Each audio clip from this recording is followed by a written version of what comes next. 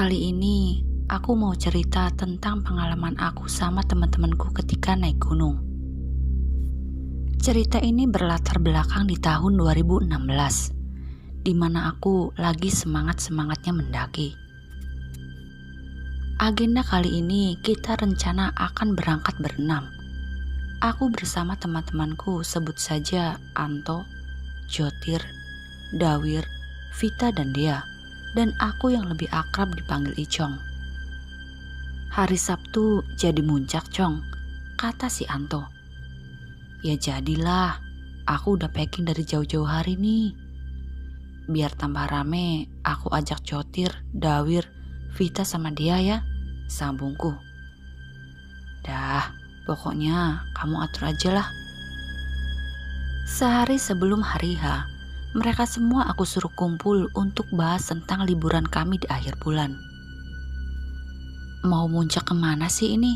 Kata Jotir. Setelah ngobrol ngalor ngidul, akhirnya kita sepakat buat naik Gunung Sumbing. Jangan lupa pamit sama orang tua ya, kata dia menjadi penutup obrolan kami kali ini. Hari H pun tiba. Kita semua bertemu di suatu tempat yang kita rencanakan. Sudah siap semua? Dia kemana ya? Tanya Dawir. Dia gak dibolehin sama orang tuanya, tegas Vita. Aku aja gak pamit, tetap berangkat. Pokoknya los gak rewel, canda Jotir. Jotir ini emang orangnya gak ada akhlak. Akhirnya kita sepakat berangkat berlima. Di sela-sela obrolan kami, terdengar dering telepon. Setelah dicek, ternyata dia mengirim pesan yang isinya, hati-hati ya semuanya, maaf aku gak jadi ikut. Sekarang malam 1 suro, ibuku punya firasat gak enak, jadi aku gak dibolehin sama ibu. Pas banget ini, kata Dawir. Maksudmu apa? Tanya Anto. Jangan aneh-aneh di gunung, Wir. Aku udah punya firasat gak enak atas perkataan Dawir tadi. Mengingat dia nekat banget rela ngelakuin apapun demi sesuatu yang dia mau. Kita berangkat dari rumah pukul 11 siang, menggunakan sepeda motor tanpa ada kendala apapun. Sesampainya di base camp, kita istirahat sebentar sambil mengurusi Maksi. Ada berapa rombongan Pal yang mendaki hari ini? Tanyaku kepada petugas setempat. Hari ini sedikit Mas, cuma ada 3 rombongan, sudah naik tadi pagi. Yang kemarin mendaki ada banyak Pak, tanya Anto. Ya lumayan rame sih Mas, tinggal 2 rombongan yang belum turun, tapi di sini tercatat turun hari ini. Waktu menunjukkan pukul 2 siang. Kami bersiap untuk trekking siang itu, kemudian berdoa, dan itulah awal mula hal buruk menimpa kami. Kita sepakat untuk totalitas, alias tidak menggunakan jasa ojek sampai di pos 1. Sekitar 2 jam melewati medan berbatuan yang tersusun rapi, terjal, dan pemandangan kebun warga di samping kanan dan kiri kami. Di sepanjang perjalanan, Vita melihat sesuatu yang janggal, di mana terlihat jejak kaki orang tapi hanya 1 kaki, bukan sepasang kaki menginjak-injak tanaman warga setempat. Ukurannya pun tidak normal, terlalu besar untuk ukuran kaki manusia. Rusak tanamanku, gara-gara ponjo lewat, kata petani tua dengan rokok beraroma menyan sedang berdiri di samping jalur. Sontak kami semua kaget mendengarnya. Terlintas banyak tanda tanya di pikiran kami. Apa itu ponjo? Siapa mereka? Entahlah, kami semua tidak tahu. Muncul rasa was-was di antara kami semua. Perasaanku gak enak. Mending kita pulang aja yuk, celetuk Vita. Kita udah sampai sini, rugi kalau pulang sekarang, tegas Dawir. Iya, yang penting niat kita gak aneh-aneh. Sekitar pukul 4 sore, kami tiba di pos 1.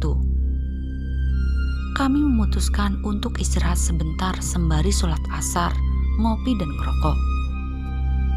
Ketika situasi sudah mulai aman, kami memulai perjalanan kami kembali.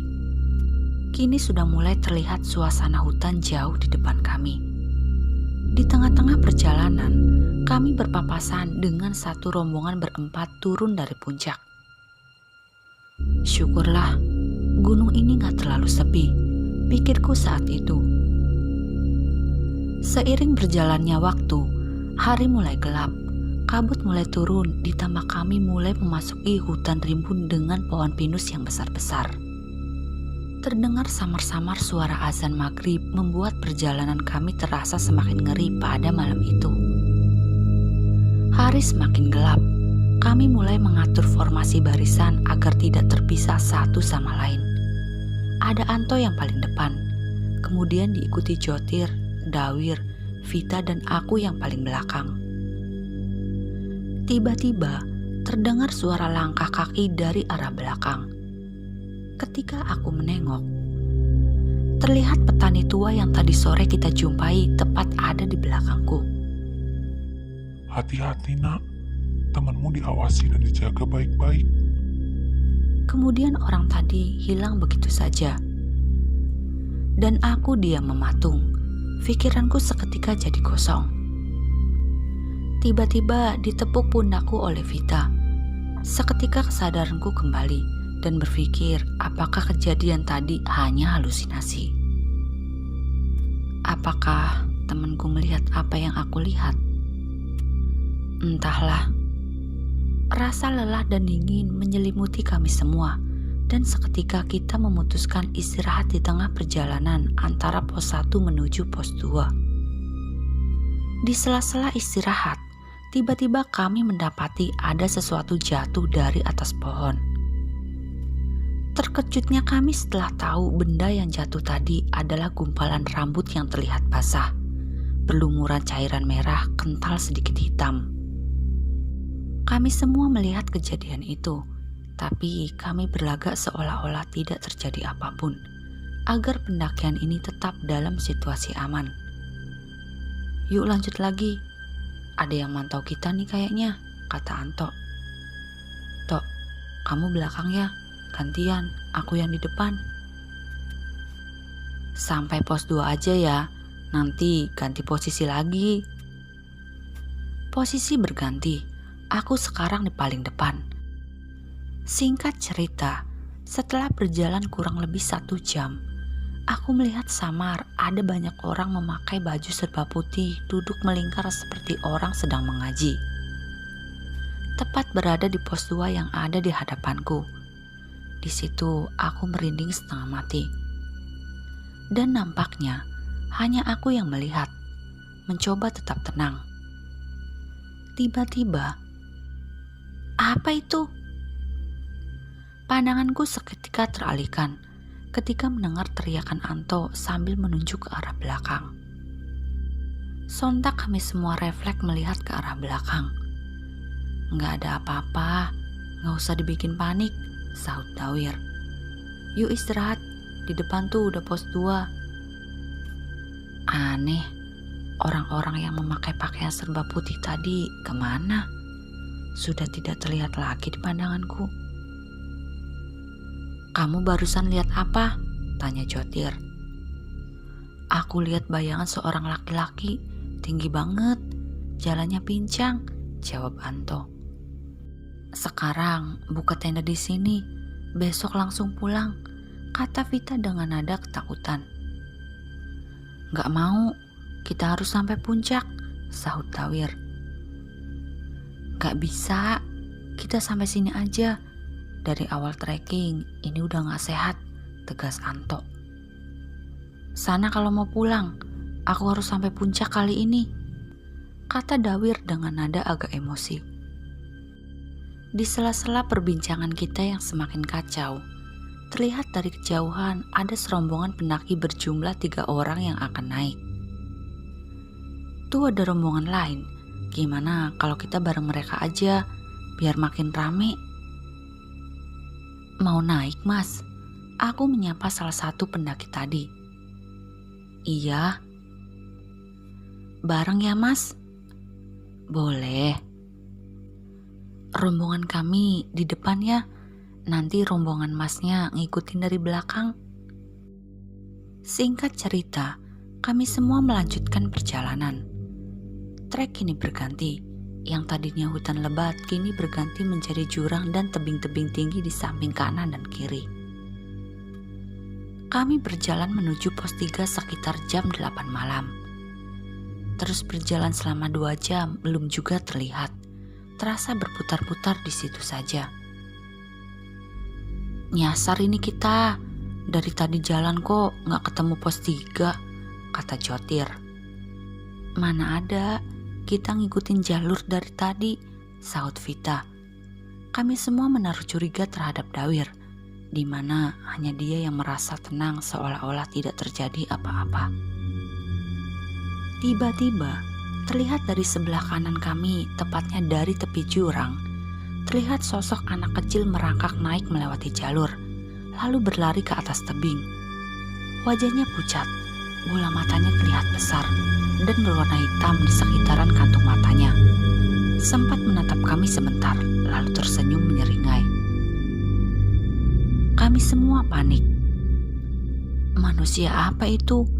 Kata Jotir dengan nada ketakutan. Ditambah lagi rombongan pendaki tadi yang harusnya masih ada di belakang kami, tiba-tiba menghilang. Semakin kacau pendakian malam itu. Ditambah lagi Vita tiba-tiba menangis karena ketakutan. Tanpa kita sadari, jam sudah menunjukkan pukul 12 malam. Terlihat remang-remang cahaya lampu tenda dari pendaki lain. Terasa sunyi sekali malam hari itu. Terlihat tanda-tanda pos berikutnya. Betapa kagetnya kami saat melihat pelang terbuat dari papan kayu yang bertuliskan pos 4. Udah sampai pos 4 kita, kata Dawir. Emangnya kita udah ngelewati pos 3? Udah, gak usah dipikirin. Kita buka tenda aja di sini, tegas Anto. Kami sepakat buka tenda di pos 4. Setelah tenda jadi, tiba-tiba Dawir bilang, "Dah, sekarang tidur. Besok sambil jam 5 pagi."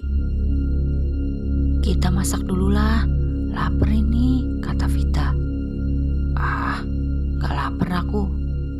Dan kemudian kami berempat masak di luar tenda tanpa Jotir yang langsung tidur. Setelah masak selesai, kami tidak langsung tidur, mengobrol di luar tenda sambil ngopi dan bercanda ngalor ngidul. Kalian merasa aneh gak sih sama pendakian kali ini? Dawir, aneh banget gelagatnya. Dia yang paling semangat banget buat ke puncak, sambung Anto. Padahal dari pos 1 kita udah pengen pulang ya, tapi seolah-olah kita dituntun pelan-pelan kalau dilihat dari kejadian tadi. Rasanya capek banget malam ini ya, kata Vita. Kamu sih naik gunung malah bawa kapal. Kok kapal? Ya kapal api kan. Kita semua ketawa atas candaan tadi. Di tengah-tengah tawa kami, terdengar suara tawa yang sangat asing. Kalian denger gak? Kata Jotir. Belum sempat menjawab pertanyaan Jotir, tiba-tiba terlihat dari kejauhan ada sosok berkain putih kotor. Terlihat jelas sosok itu berambut panjang berantakan. Mukanya hancur dengan rahang hampir lepas sambil ketawa, dan tangan kanannya menunjuk ke arah kami. Sontak kami semua lari ke dalam tenda tanpa memikirkan alat-alat masak dan matras yang ada di luar tenda. Berharap malam itu cepat berlalu. Kami semua memaksakan diri untuk tidur malam itu. Badai bertiup sangat kencang. Nampaknya hanya aku dan Anto yang susah tidur malam itu. "Jong, aku pengen buang air," kata Anto. "Ya sana di luar, masa iya pipis di celana?" "Ya anterin bentar lah, takut aku kalau sendirian." "Males ngantuk."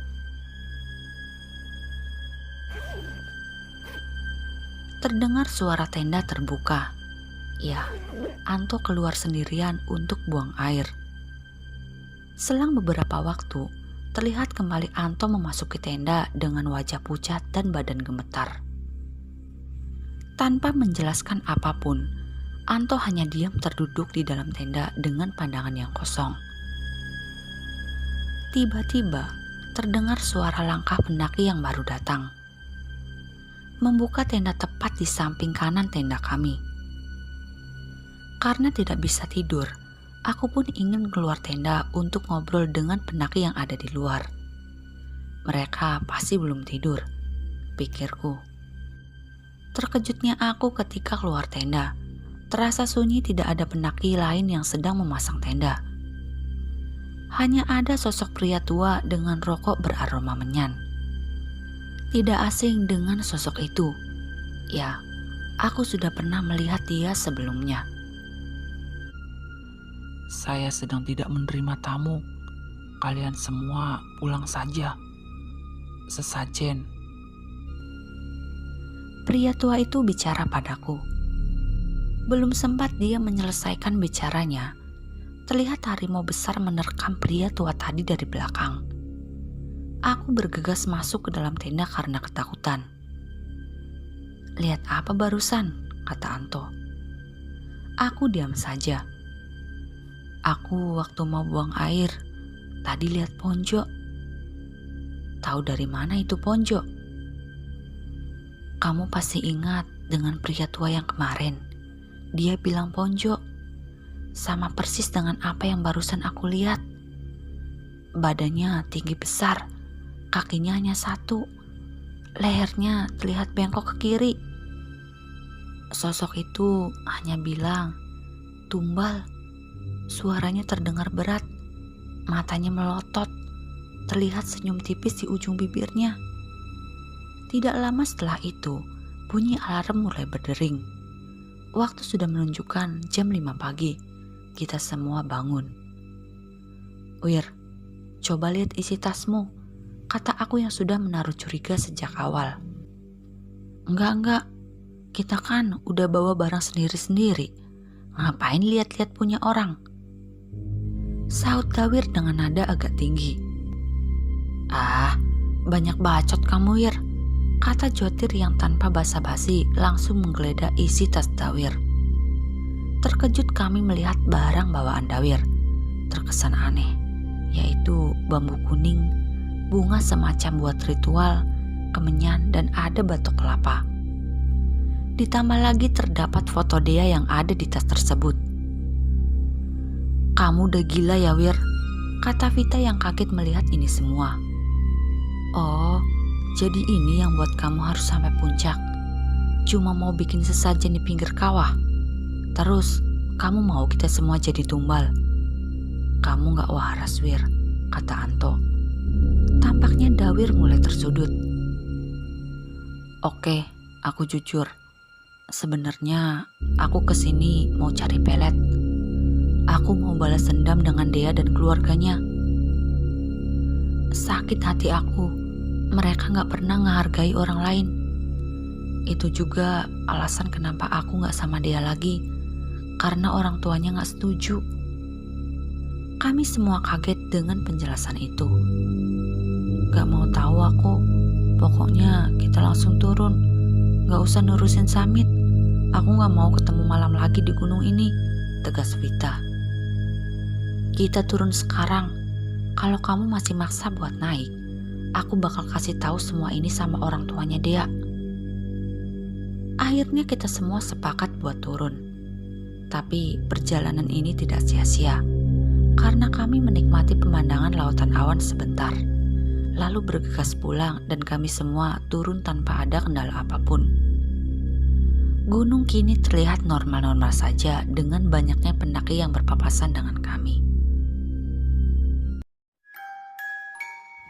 Jika kalian ingin berbagi cerita kepada kami, silahkan DM ke Instagram atau email kami yang ada di kolom deskripsi. Sekian dan terima kasih. Salam dari kami, keluarga pendaki.